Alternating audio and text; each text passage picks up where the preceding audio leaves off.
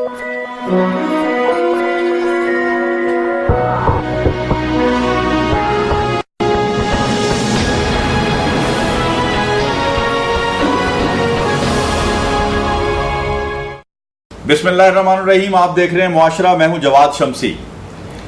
नाजरीन, आज जो हमारे प्यारे वतन पाकिस्तान का हाल कर दिया है हमारे जो हुक्मरान हैं उन्होंने, और आज अवाम सड़कों पे हैं, लोड शेडिंग से, भूख से, प्यास से बिलबिला रहे हैं, और सूरज की तपश है और अवाम है और एहतजाज है, और दूसरी तरफ जो इस्लामाबाद का मौसम है वहां पे जोड़ तोड़ है, अपोजिशन है, हुकूमत है और उनका एक अपना मौसम है।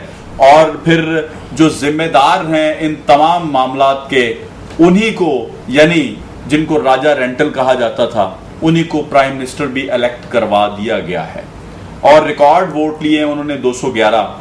और नाज़रीन देखें, ये बहुत लम्हा फिक्रिया है कि एक शख्स जो अपनी एक वजारत नहीं चला सका ढंग से, वो पाकिस्तान की वजारत उज़्मा कैसे चलाएगा।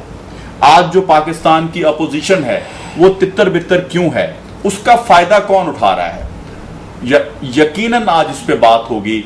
मेरे साथ पैनलिस्ट हैं जनाबे शब्बीर सियाल साहब, रहनुमा हैं और सीनियर रहनुमा हैं, किसी तारफ के मोहताज नहीं हैं, तहरीक इंसाफ पाकिस्तान के।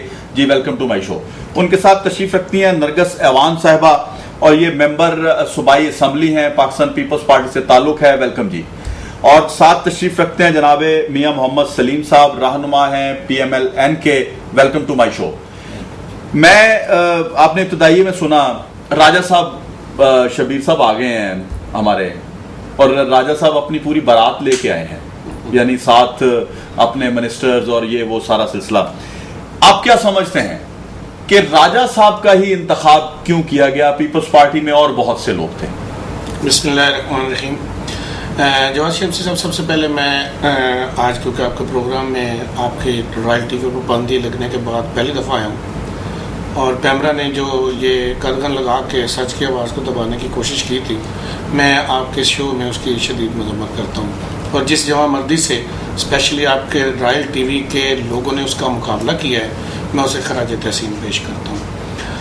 आपने सवाल उठाया है राजा साहब के प्राइम मिनिस्टर बनने का।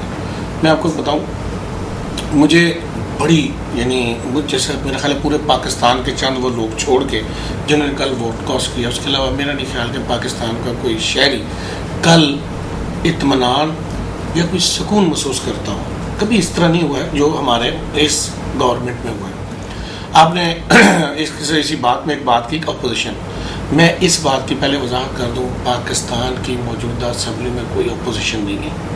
पहली बात तो ये आप क्लियर कर लें। इसकी एक मिसाल इस तरह है कि तमाम 211 लोग जिन्होंने कल वोट डाले हैं, उनमें से 210 तो ऐसे थे जिनको ये पता था कि राजा परवेज अशरफ वो आदमी है जिसने रेंटल पावर स्कैंडल में 400 अरब रुपए की करप्शन की है। ये तयशुदा है और ये सुप्रीम कोर्ट में केस है, और उस केस में नैब ने ये प्रूफ कर दिया है, वो अंडर प्रोसेस है।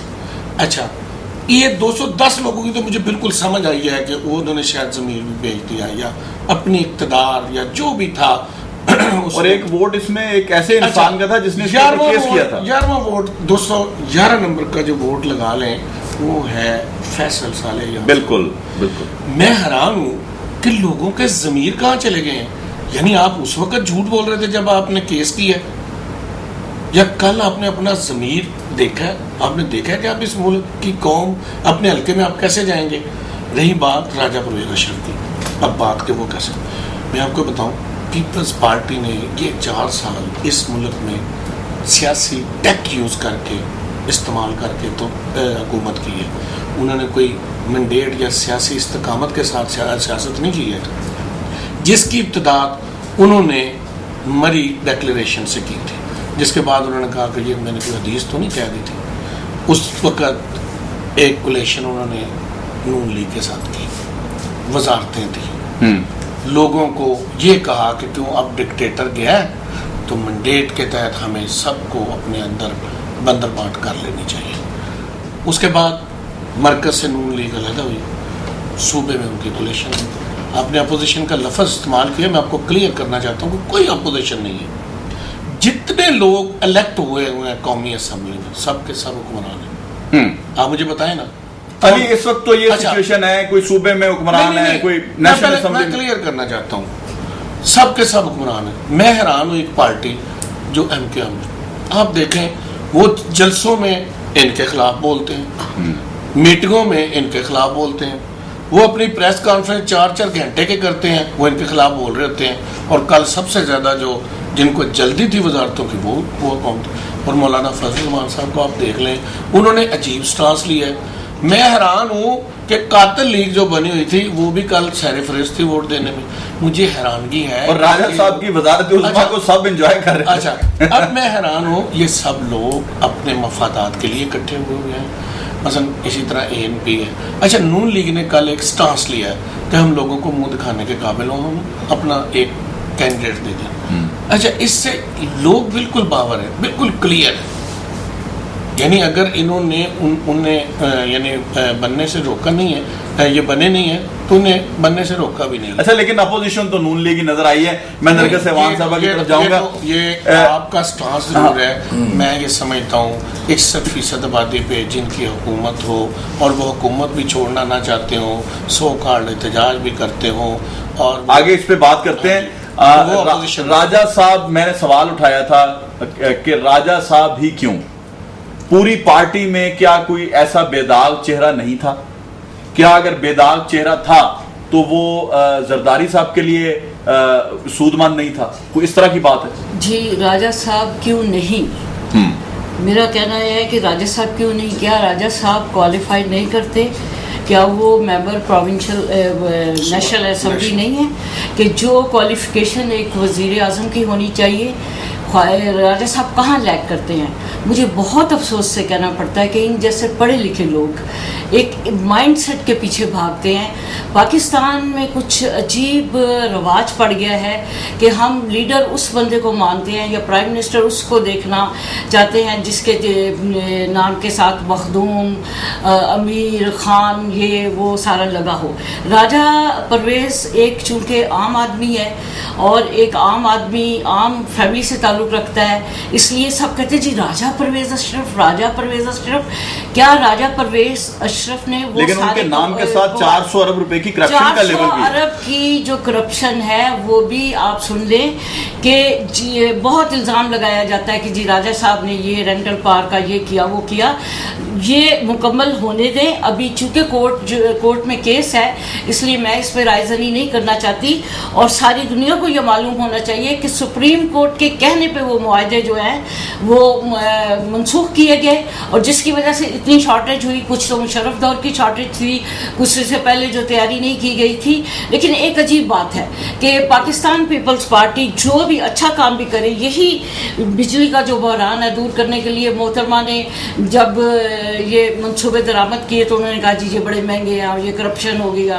अब भी बिला सोचे समझे बगैर तहकीकात के ये लोग कहते हैं कि जी इसमें करप्शन की गई है और उसको रोक दिया गया। और आज अगर ये मनसूबे रेंटल पार्क के रोके ना जाते तो आज जो लोड शेडिंग में हाल हो रहा है, जो अवाम बदहाल हो रहे हैं और आज जो आम आदमी जो तड़प रहा है वो ये हाल ना होता। लेकिन यह कि अवाम को अभी देखना होगा कि असल मुजरिम कौन है, कौन लोग हैं जो उनको नुकसान पहुंचाना चाहते हैं और कौन लोग जो हैं जो उनके हमदर्द हैं। पाकिस्तान पीपल्स पार्टी ने कभी ऐसी पॉलिसीज नहीं बनाई जो अवाम दुश्मन हो। हमने तो हमेशा यही कोशिश की है कि अवाम के लिए अच्छा किया जाए और जाने भी दी। इस बजाय इस चीज़ को कि अप्रिशिएट किया जाए कि तमाम पार्टियों की मुशावरत हासिल की गई, तमाम की हमदर्दी और उनका वोट हासिल किया गया और एक मुश्तरका फैसले से वज़ीर आज़म का चुनाव किया गया और एक सुप्रीम कोर्ट का फैसला माना गया। नहीं, लेकिन एक चीज आपने कहा कि मुश्तरका फैसले से वज़ीर आज़म का चुनाव किया गया। मैं समझता हूं कि उस वज़ीर आज़म ने पाकिस्तान को क्या दिया। आप देखें, ये तो मैं समझता हूं वोट देने वालों का जो जिस तरह से इत्मीनाद का वोट पाकिस्तान की हिस्ट्री में ऐसे नहीं दिया गया कि जी अपोजिशन जमातों ने भी उनको जो है वोट दिया, इत्मीनाद का, कॉन्फिडेंस किया उन पे। लेकिन आखिर उन्होंने क्या दिया पाकिस्तान को? आज देखें 4 साल हो गए सुप्रीम कोर्ट पे, तो आप 5वां साल शुरू है। आप देखें 4 साल में आपने मुल्क को भूख दी, मुल्क में जगह जगह पानी नहीं है, लोग एहतजाज कर रहे हैं, लोग अपने ही भाइयों की गाड़ियां जला रहे हैं, और इस हद तक लोग आ गए हैं कि अब तो एमएनए एमपीएस के घरों का भी कोई, मैं समझता हूं, सिलसिला नहीं, उनकी भी सिक्योरिटी का कोई दामन नहीं इस वक्त। आप देख लें 2-3 वाकयात हो गए, ये इस हद तक जाना। और मैं मियां सलीम साहब की तरफ जाऊंगा थोड़ा सा, मुझे आपके सवाल का जवाब देना है, मैं अर्ज करती हूँ। मुझे ये बताइए कि पाकिस्तान इस वक्त तारीख के किस दोराहे पे है, कौन सी तारीख की साथ में खड़ा है पाकिस्तान? इससे पहले कब पाकिस्तान में दहशतगर्दी की जंग थी? इससे पहले कौन से डिक्टेटर ने ये कह दिया था जी आए गुजरे, जो आप कहते हैं हम मानेंगे, जो हमारे यहाँ आप जंग जो है, जो अफगानिस्तान की जंग है, वो पाकिस्तान में ले आए? इससे पहले पाकिस्तान में कभी आप लोग ये नहीं सोचते नहीं, ये पाकिस्तान हालत जंग में मैं समझता और पाकिस्तान पीपल्स पार्टी को जो हालात मिले हैं, मैं इससे इनकारी नहीं हूं कि पाकिस्तान में डिक्टेटर्स ने गलत पॉलिसीज जो उनकी थी उसकी वजह से पाकिस्तानी साल को पहुंचा, लेकिन आपको जो मौका मिला जहां पॉलिटिकल जमातें इकट्ठी हुई सारी, आप देखें अभी जो शबीर सियाल साहब भी बात कर रहे थे कि मेरा ख्याल है ये खुशाइन बात थी कि सब ने मुआहदे किए, इकट्ठे होकर सीओडी किया और आपस में जो इत्तफाक राय था उससे आगे चलने के वादे वईद किए। उन्होंने कहा जी हम डिक्टेटर्स को ये बड़ी नहीं आने देंगे। ये बड़ी फेवरेट बात होती है और ये बड़ी फेवरेट सोच होती है कि जो हुकूमत में पार्टी हो उसको आप मुर्दे इल्जाम ठहरा दें, जबकि हर बंदा हम में से अपने अपने घर में रहता है और अपने घर के हालात जानता है और घर के सरबराह की हालत भी जानता है कि उसने वही कुछ करना होता है जो उसके वसाइल होते हैं, जो उसको गिवन सर्कमस्टांसेस दिए जाते हैं। इन जो हालात पाकिस्तान पीपल्स पार्टी को दिए गए थे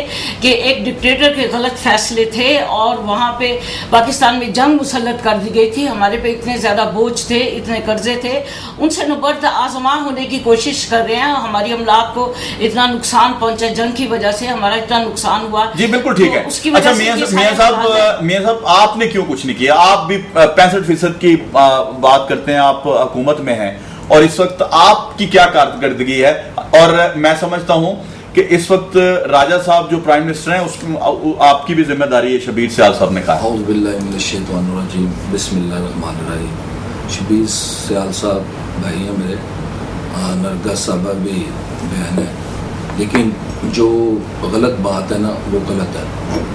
देखें, हम लोग पहले भी एहतजाज कर रहे थे, कह रहे थे कि देखें ये जो लोड शेडिंग का मसला है, ये एक बंदा आप शमसी साहब सोचें, एक बंदा जो लोड शेडिंग का मसला हल नहीं करा सका, वो जो वादा करता है 2008 में कि 3500 मेगावाट जो है ना वो सिस्टम में आ जाएगी, सिस्टम में वो जाके पढ़ के 8000 हो जाती है। देखो कितनी, उसको वजीर आजम बना देते हैं। ये क्या है ये तरीके का? हमने तो हमारे कायद ने अपना MQM वाले से भी जाकर बात की, हमारे कायद की तरफ से वफद गया, असाद डार साहब गया, उन्होंने मौलाना साहब से भी बात की, सबसे बात की। उन्होंने कहा यार जान छुड़ा ले इनसे। कब जान छुड़ाएंगे इनसे? मुल्क कहाँ किस दोराहे पे चला गया है, हम कहाँ पहुँच गए हैं? आज देखें लोग चांद तक पहुंच गए हैं। हम जहां हमारी थी ये इलेक्ट्रिसिटी, हम वो बिल्कुल अच्छा वो भी खो चुके हैं। हाँ। लेकिन ये आपने नहीं सोचा कि आपकी इतनी क्रेडिबिलिटी क्यों नहीं रही अब कि जी ना मौलाना साहब आपकी बात मानते हैं, ना जनाब दूसरे साहिबान जो MQM वाले हैं, इसकी क्या वजह है? ये अपना मियां शहबाज साहब कहते हैं कि अपना अली बाबा 40 चोर है, ये 40 चोरों का टोला है, ये लूट मार करने के लिए आए हैं। इतने एक मेरी बात सुन ले, देखिए ये लूट मार करने के लिए आए हैं। ये हमें सबको सोचना पड़ेगा। देखो आज कोई बंदा भी महफूज नहीं रहेगा, ये ना MNA ना MPA, बिल्कुल ये उसी तरफ जा रहे हैं। ये कोई सियासतदान आज ये कह रहे हैं शबीर सियाल साहब कि जी कोई सियासतदान भी नहीं महफूज रहेगा, क्योंकि ये लीड करते हैं। हर बच्चा ये नहीं कि हर बच्चा यही सोचता है यार मैं इतनी कौम इतनी मफलूज हो गई है, ज़हनी तौर पर इतनी अपसेट हो गई है ये लाइट की वजह से कि मैं आपको बता नहीं सकता। लेकिन देखें दूसरी तरफ देखें, हमने CM हाउस छोड़ के जाके वहां बैठ गए हैं। लोग कहते हैं ये ड्रामा है, यार देखो इतने एसी चलते हैं, कौन कौन पीपल्स पार्टी वाला बंदा निकल के जरदारी साहब को कहे ना वो बाहर आके वो बाहर निकल के बैठ जाए। मेरी बात सुन ले, आपकी बात पर बोला दे देना कि थोड़ा सा पसीना निकाले। आपको शायद ये नहीं पता कि एक बीमारी है। मेरी बात, मैंने आपकी बात पर बोला नहीं, मेरी बहन मैं आपकी बात नहीं बोला, आप मुझे बोल नहीं, ये मेरी बात सुने। कौन चाहता है? ये सारी ब्यूरोक्रेसी को मियां साहब ने उधर इकट्ठा किया है इसलिए कि एसी बंद हो, गरीब आवाम को पहुंचे। वो तो कहते हैं अगर हमने आज भी ना सोचा तो हम ये इनकलाब का रास्ता जो है ना कोई नहीं रोक सकता।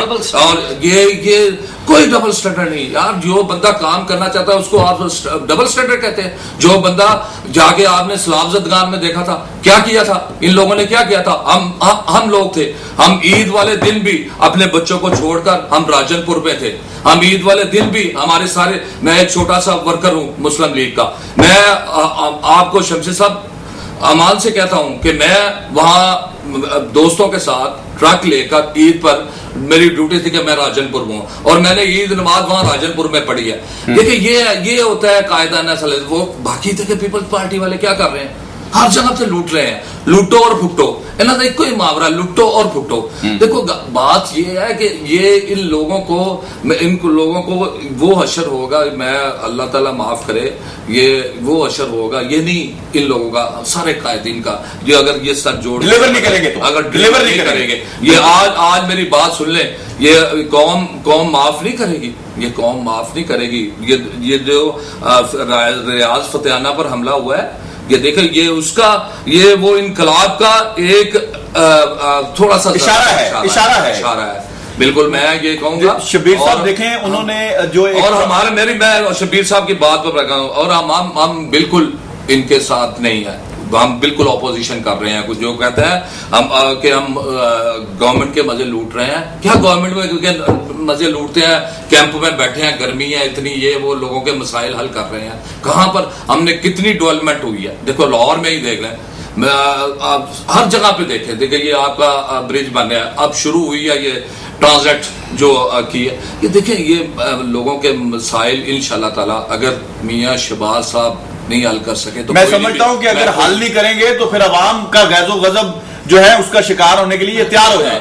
जी मैं ना सबसे पहले अपनी बहन की एक बात करके राजा परवेज अशरफ, हमें राजा परवेज अशरफ से कोई लेना देना नहीं है जी, हमारी उसके साथ कोई मुखालफत नहीं है।